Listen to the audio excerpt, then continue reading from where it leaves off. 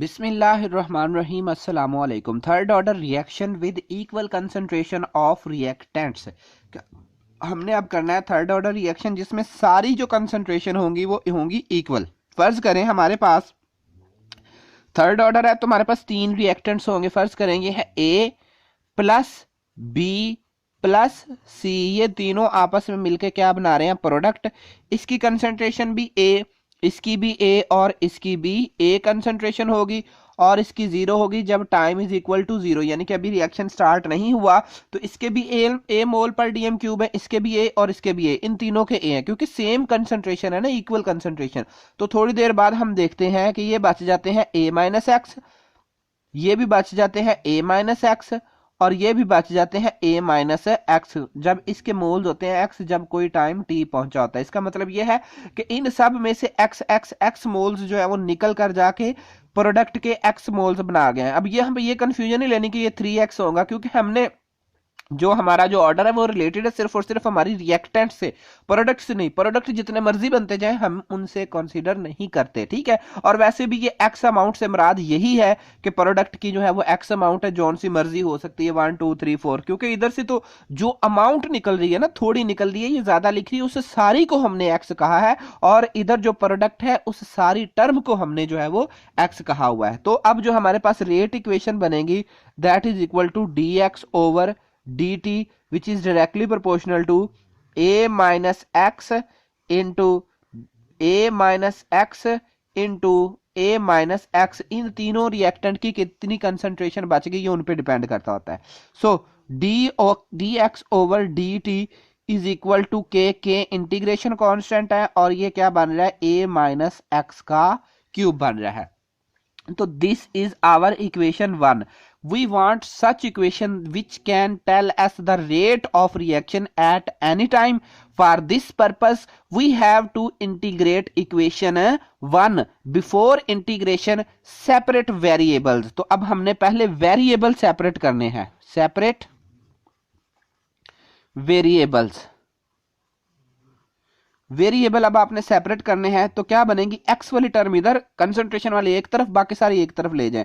तो ये हो जाएगा D x over a minus x का क्यूब इज इक्वल टू के डी टी। ये हमारे पास इक्वेशन बन गई, ठीक है।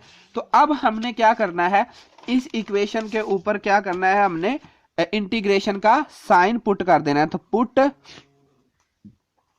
साइन ऑफ इंटीग्रेशन, इंटीग्रेशन का अब आपने साइन पुट कर देना है। सो हमारे पास क्या बनी equation, integration 1 over a minus x का cube into d x is equal to k constant है, ये इंटीग्रेशन में नहीं काउंट होगा, डी टी। अब आपने यहां पर लगाना है पावर रूल। क्या लगाना है, पावर रूल। तो पावर रूल जब लगाएंगे इस इक्वेशन पे लगना है, तो मैं इसको अलहदा सॉल्व कर रहा हूं, इसको हम कह लेते हैं दिस इज आवर इक्वेशन है 2। तो सिर्फ इतनी टर्म को मैं अलहदा सॉल्व करने लगा हूं।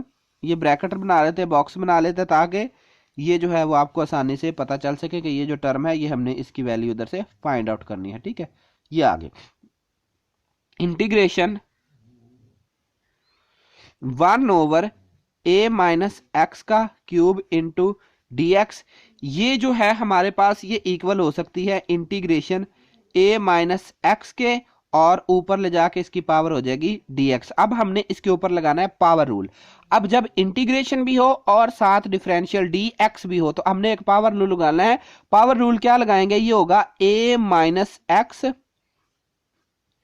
माइनस 3, इसकी पावर में एक जमा करना है आपने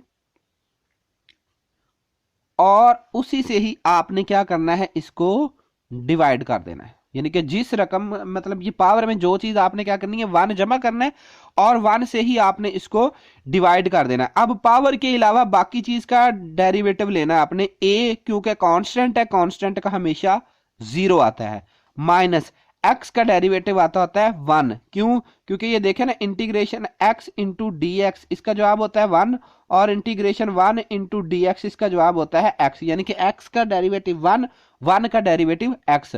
तो यहां पर ये जो x है इसका डेरिवेटिव x, यानी कि एक मरतबा आपने पावर रूल लगा के पावर को सॉल्व करना है, दूसरी मरतबा उस रकम को सॉल्व करना है।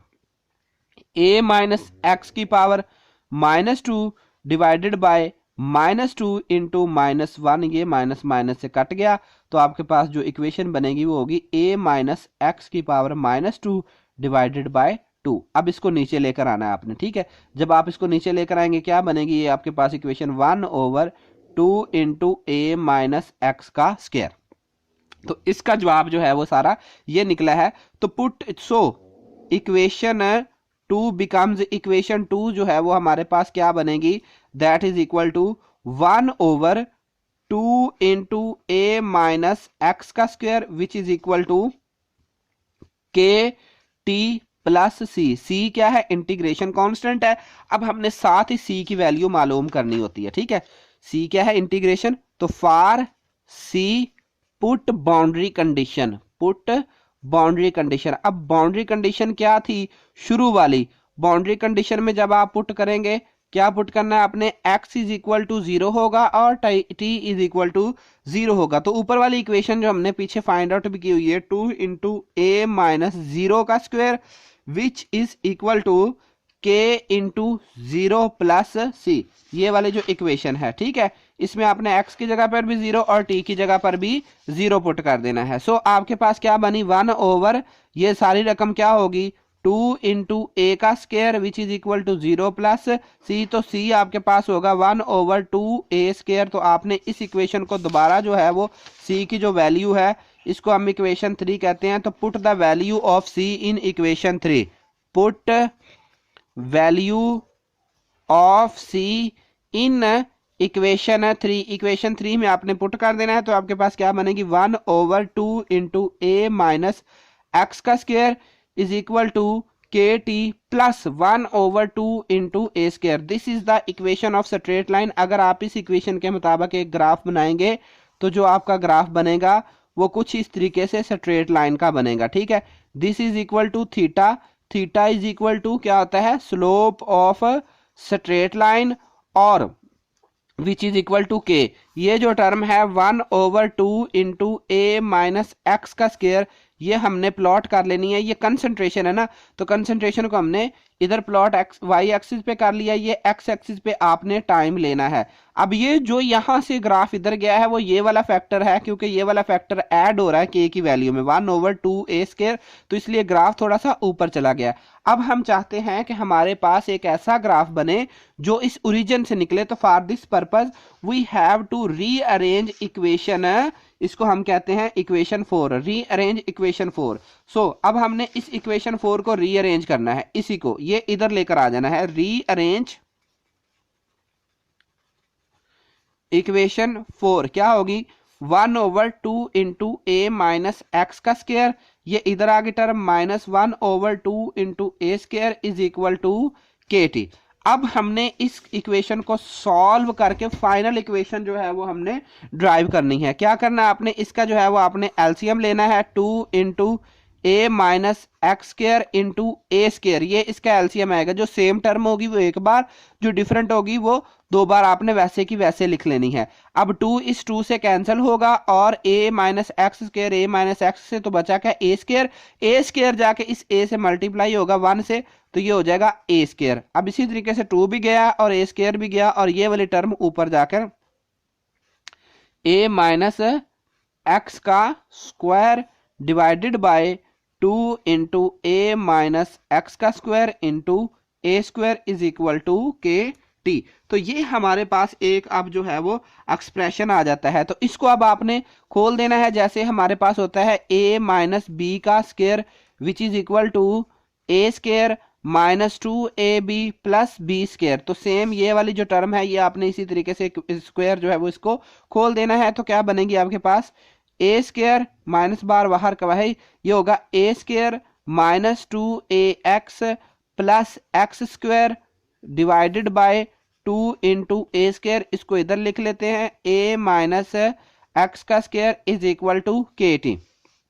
ये इसको अंदर मल्टीप्लाई कर दें, a square minus a square plus 2ax minus x square divided by 2a square into a minus x का स्क्वायर इंटू के टी। ये इससे कट गया, बाकी वैल्यू क्या बचती है आपके पास, 2ax minus x square divided by 2 × a की पावर जो है वो यानी कि x² is equal to KT।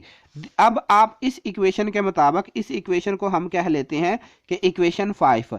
तो अगर आप इस इक्वेशन के मुताबिक ग्राफ बनाते हैं तो जो आपका ग्राफ है वो बिल्कुल ओरिजिन से गुजरेगा। वजह क्या है? क्योंकि सिर्फ ये देखिए टाइम तो हमने इधर ले लेना है। तो ये जो k है ये बेसिकली थीटा से निकलता है। थीटा क्या होता है? Slope of straight line and which is equal to k। ये सारी टर्म जो है वो आपने 2ax minus x square 2a² into a minus x का स्क्र, ये आपने इस तरफ को ड्रा करनी है। ये सारी की सारी कंसंट्रेशन है। कंसंट्रेशन को आपने टाइम पे जब ग्राफ बनाया तो ग्राफ आपका बिल्कुल स्ट्रेट लाइन निकला। देखिए पीछे वाला इधर था क्योंकि उसमें 1/2a² जो था वो ऐड हो रहा था। अब हमने उसको सारी टर्म को इधर ले आए, यानी कि जितनी भी कंसंट्रेशन थी उनको एक तरफ ले आए, बाकी दूसरी तरफ। तो हमारे पास ग्राफ जो है वो ये इस तरह से स्ट्रेट लाइन बनेगा। अब हमने जो है वो क्या कैलकुलेट करना है? ये स्ट्रेट लाइन ग्राफ कैलकुलेट करने के बाद हम यूनिट्स मालूम करेंगे थर्ड ऑर्डर रिएक्शन के यूनिट्स। तो हमारे पास क्या है equation? KT is equal to 2,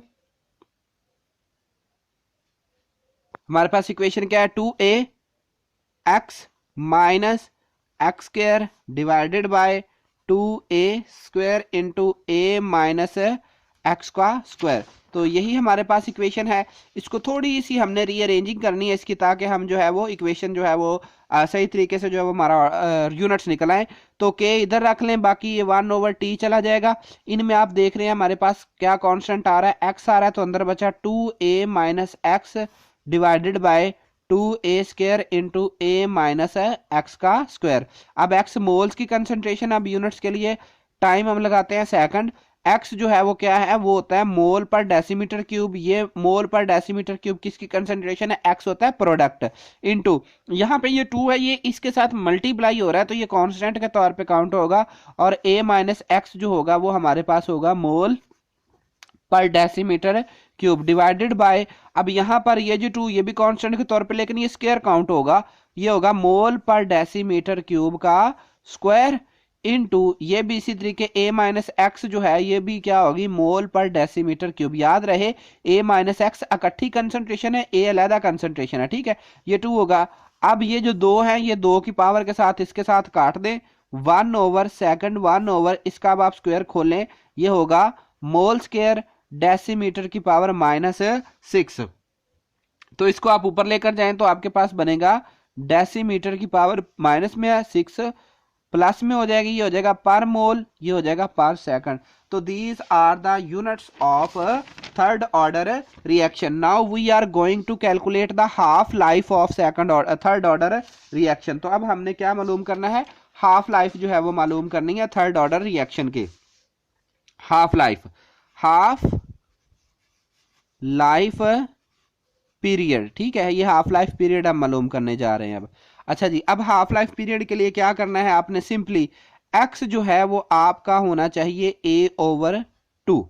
तो अब 1/2 जो बेसिकली होता है ये होता है 0.5 के इक्वल। तो यूं कह लें कि x आप रख लें 0.5a, ठीक है? और जो टाइम होगा वो आपने क्या रखना है? t1/2। हमारे पास इक्वेशन क्या है? KT is equal to x into 2a minus x. ये पीछे हमने जो है ना ये रीअरेंज कर रही थी, तो इससे हमारे पास आसानी से यूनिट्स निकल आएंगे। या फिर आप यही इक्वेशन भी रख सकते हैं, इस इक्वेशन को हर बार आप सॉल्व कर लें तो फिर भी आपका जवाब यही आएगा। यूं कह लें कि ये इक्वेशन है, हमने दोबारा से x कॉमन ले लिया तो हमारे पास ये आ गई x into 2 minus x divided by 2a² into a minus x का स्क्वायर। ये आ गई हमारे पास इक्वेशन, ठीक है? तो अब आपने क्या करना है? k को भी उधर ले जाना है क्योंकि हाफ लाइफ मालूम करना है। तो k जब उधर गया ये हो जाएगा 1/k x into 2a minus x divided by 2a² into a minus x का स्क्वायर, ठीक है? ये आ गई हमारे पास इक्वेशन। अब आपने हाफ लाइफ अप्लाई कर देना t1/2, 1/k x की जगह पे आ गया 0.5a ये वाला x, और a माइनस एक्स है, यानी कि 2a minus 0.5a divided by 2, a की जगह पे a स्क्वायर ही रहेगा, और इंटू a माइनस ये क्या होगा 0.5a इसका square, 1/k is equal to 0.5a into ये, इसको आप सॉल्व करेंगे आएगा 1.5a divided by 2a square into ये वाली जो रकम है ये भी किसके इक्वल आएगी 0.5a का स्क्वायर। तो अब यहां पे आपने ये देखना है, ये एक इससे कट जाएगा, बाकी क्या बचा हमारे पास 1.5a, इधर 1/k है वैसे का वैसे ही, नीचे बच गया 2a स्क्वायर इंटू 0.5a। तो ये जो अब आपके पास जो है वो बची वैल्यू, अब ये देखिए ये आ गया आपके पास 1/k 1.5a ओवर, अब 0.5 को आपने ये देखा ना ये a से कट जाएगा, 0.5 को आप 2 से मल्टीप्लाई करें तो 2 मल्टीप्लाई बाय 0.5, 2 5 जार 10 होता है, तो 1.0 इसका आएगा, मतलब 1 आएगा। तो नीचे आ गया आपके पास ये a तो कट गया, ये आ गया a, ठीक है, ये a स्क्वायर, ये a इससे कट गया तो ये आ गया। तो आपके पास जो फाइनल यूनिट्स आएंगे वो होगा 1.5 k a स्क्वायर। तो this is the half life of third order reaction with same concentration of initial reactants. तो अगर आपको ये लेक्चर अच्छा लगा हो तो प्लीज सब्सक्राइब माय चैनल और बेल आइकन को जरूर प्रेस कीजिएगा। अल्लाह ताला आपके और मेरे इल्म में इजाफा फरमाए।